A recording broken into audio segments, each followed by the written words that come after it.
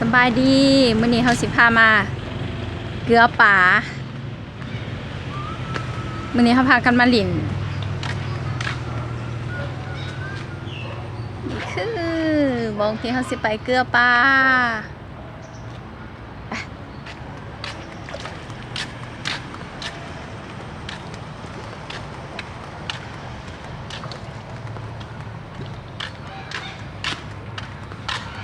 มาฮอดแล้วเฮามีข้าวจีคนก็กินได้ปลาก็กินได้เอ้าปลามาแล้ว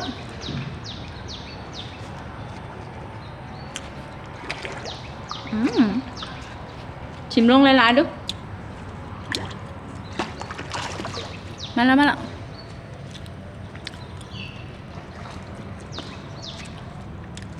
ตุกสบาย ข้าวจีตัวแซ่บ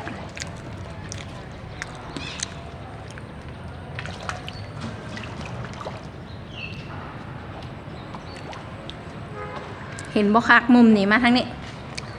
พามา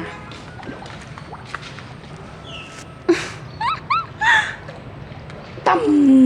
ลองมึงเดินว่าสิมีปลามากินบ่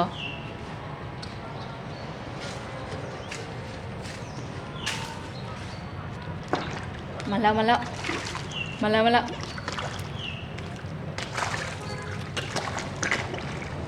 ต่ว่า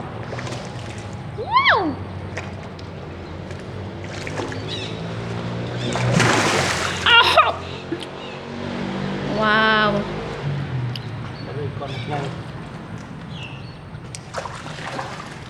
พามามันมา2 คนสบายดีเพิ่นนะแม่ ฮัลโหลสบายดี ฮัลโหล everyone ได้ปลาหันอาหารปลาค่ะ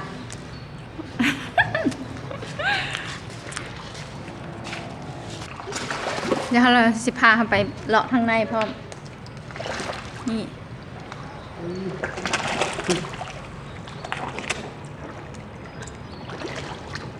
ชิมหลายๆเลย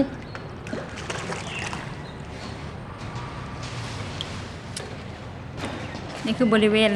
หนองป่าอยู่แถวนี้เขาเอิ้นว่าวัดจีนวัดของคนจีนที่ประจำอยู่ในนครหลวงเวียงจันทน์ของลาวเพิ่นว่าตัวใหญ่เพราะเป็นสิไปหาตัวน้อยว่าซั่น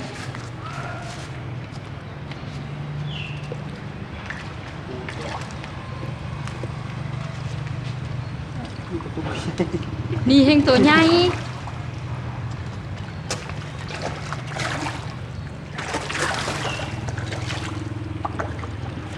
มาดิ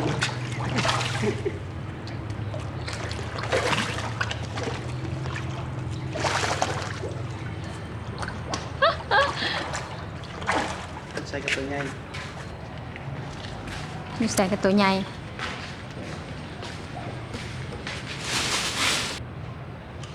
แซ่บ เอาให้ป๋าเอาให้ป๋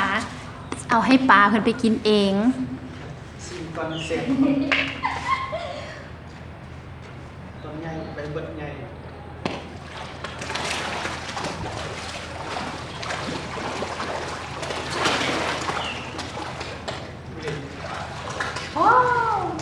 แวบเดียวบ่พอ1 นาทีป๋าเอาไปกินเบิดฝากกดไลค์กดแชร์กดติดตามช่อง Family ในเด้อจ้า Happy Family มื้อนี้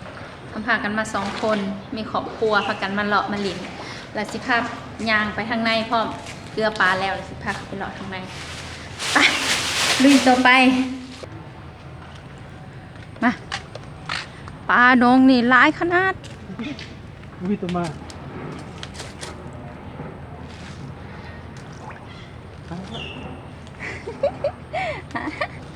เกลือปลายังบ่มีซ้ำเป็นเกลือหรือว่าดึกใส่หัวปลาให้มันตายเลยเบิ่งทาเกลือ มาครับมาละ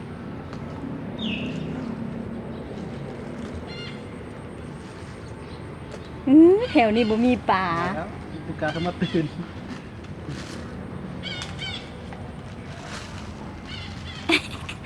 แถวนี้บ่มี เดี๋ยวสิให้เบิ่ง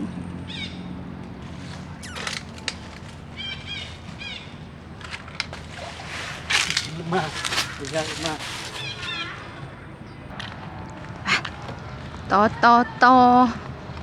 นี่คือการเลาะ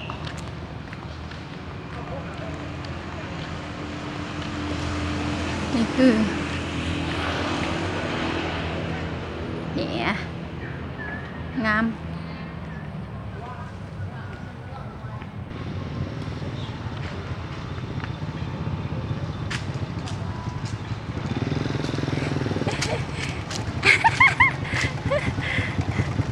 เข้าไปทางไหนจอดทางไหนพูนจอดทางไหนพูน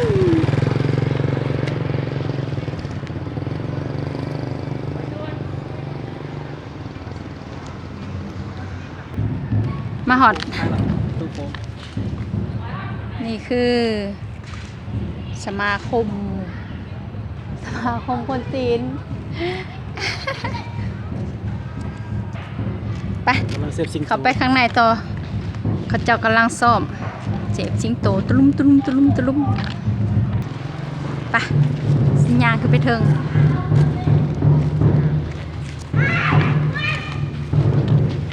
สิพาขึ้นไปไหว้พระ กระแลม มีรถขายกระแลมพร้อมกระแลมไป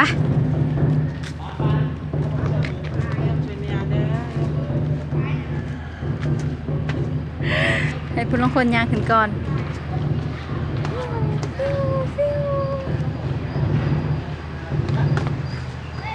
ไปเฮาก็ตามขึ้นไป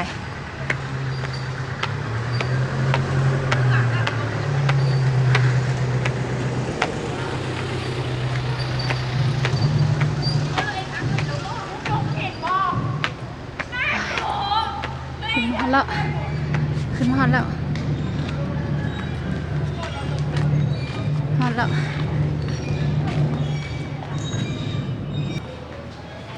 นี่คือบริเวณวัด อันนี้ก็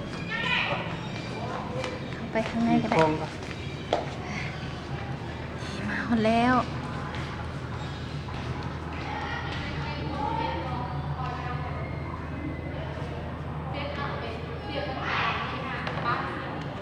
นี่คือเฮ็ดหยัง เข้าไปเข้า ดีไหม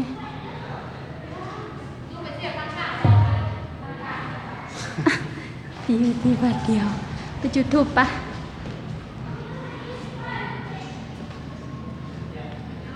ไป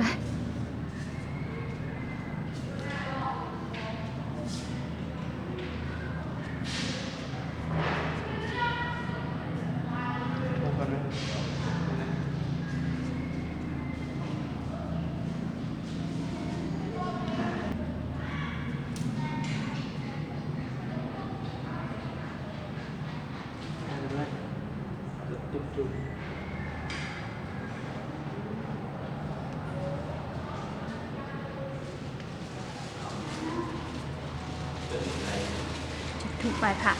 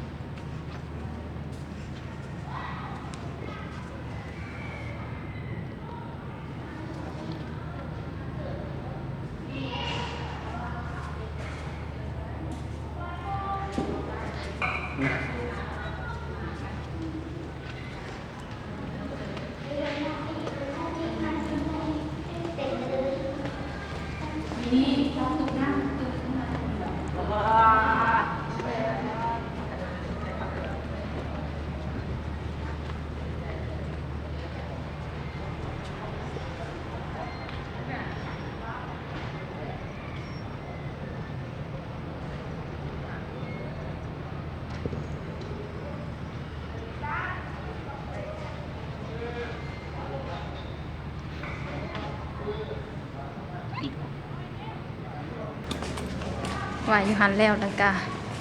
มาไหวทางใน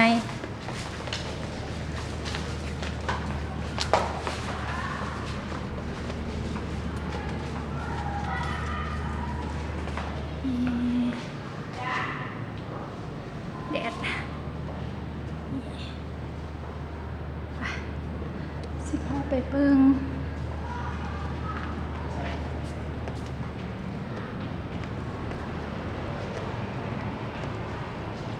นี่คือสมาคมของคนจีนที่ประจำอยู่อยู่ลาวเนาะก็สิเอาประมาณนี้แหละ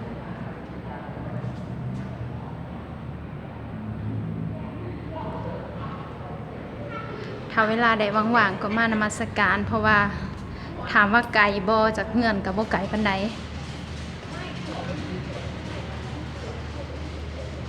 นี่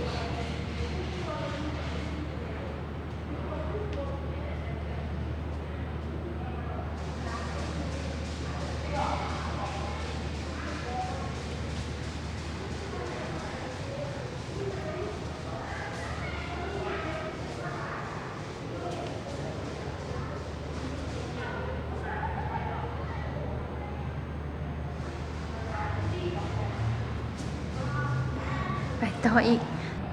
ไปไหว้พระ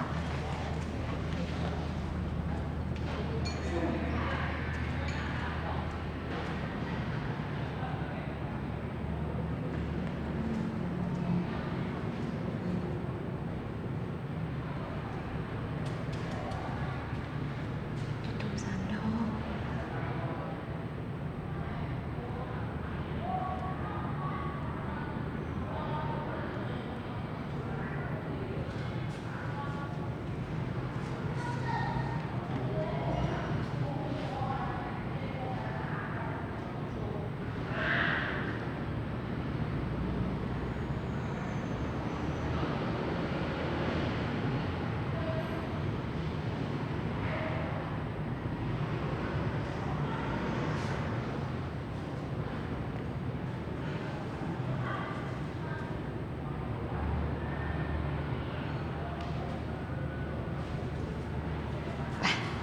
ต่อ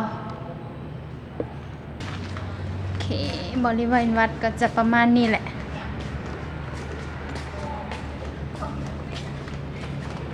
โอเคเนาะเท่านี้ก่อนเดี๋ยวมื้อหน้าเฮาสิพามาเลาะใหม่บ๊ายบายขอบใจกดไลค์กดแชร์กดติดตาม